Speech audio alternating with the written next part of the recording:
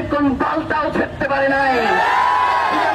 আজকে ড্যাফোডিল ইউনিভার্সিটিতে আমরা প্রোগ্রাম করেছি, ওখানে সরকারি যেই ছাত্র সংগঠন রয়েছে তারা বলেছে যে ইনকিলাব মঞ্চের চাবের এইখান থেকে যাইতে পারবেন, আমরা দেখে নিব।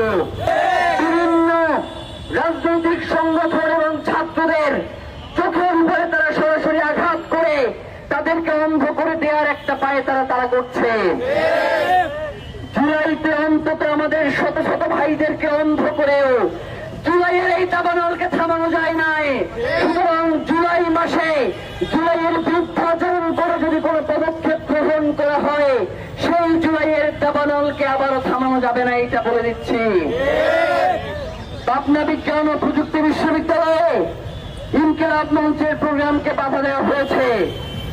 আমরা বলেছি আমাদের হায়াত থাকা পর্যন্ত আমরা এই জুলাইকে কারো কাছে বর্গা দেই নাই।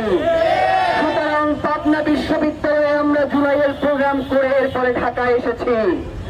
আজকে ড্যাফোডিল ইউনিভার্সিটিতে আমরা প্রোগ্রাম করেছি, ওখানে সরকারি যেই ছাত্র সংগঠন রয়েছে তারা বলেছে যে ইনকিলাব মঞ্চের চাবের এইখান থেকে যাইতে পারবেন, আমরা দেখে নিব।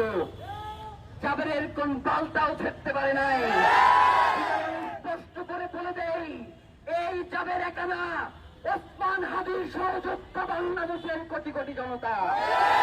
সুতরাং ইনকিলাব মঞ্চকে, বাংলাদেশের আজাদীর লড়াইকে যারা থামাতে আসবে তাদেরকে দিল্লির টিকিট ধরিয়ে দেওয়া হবে।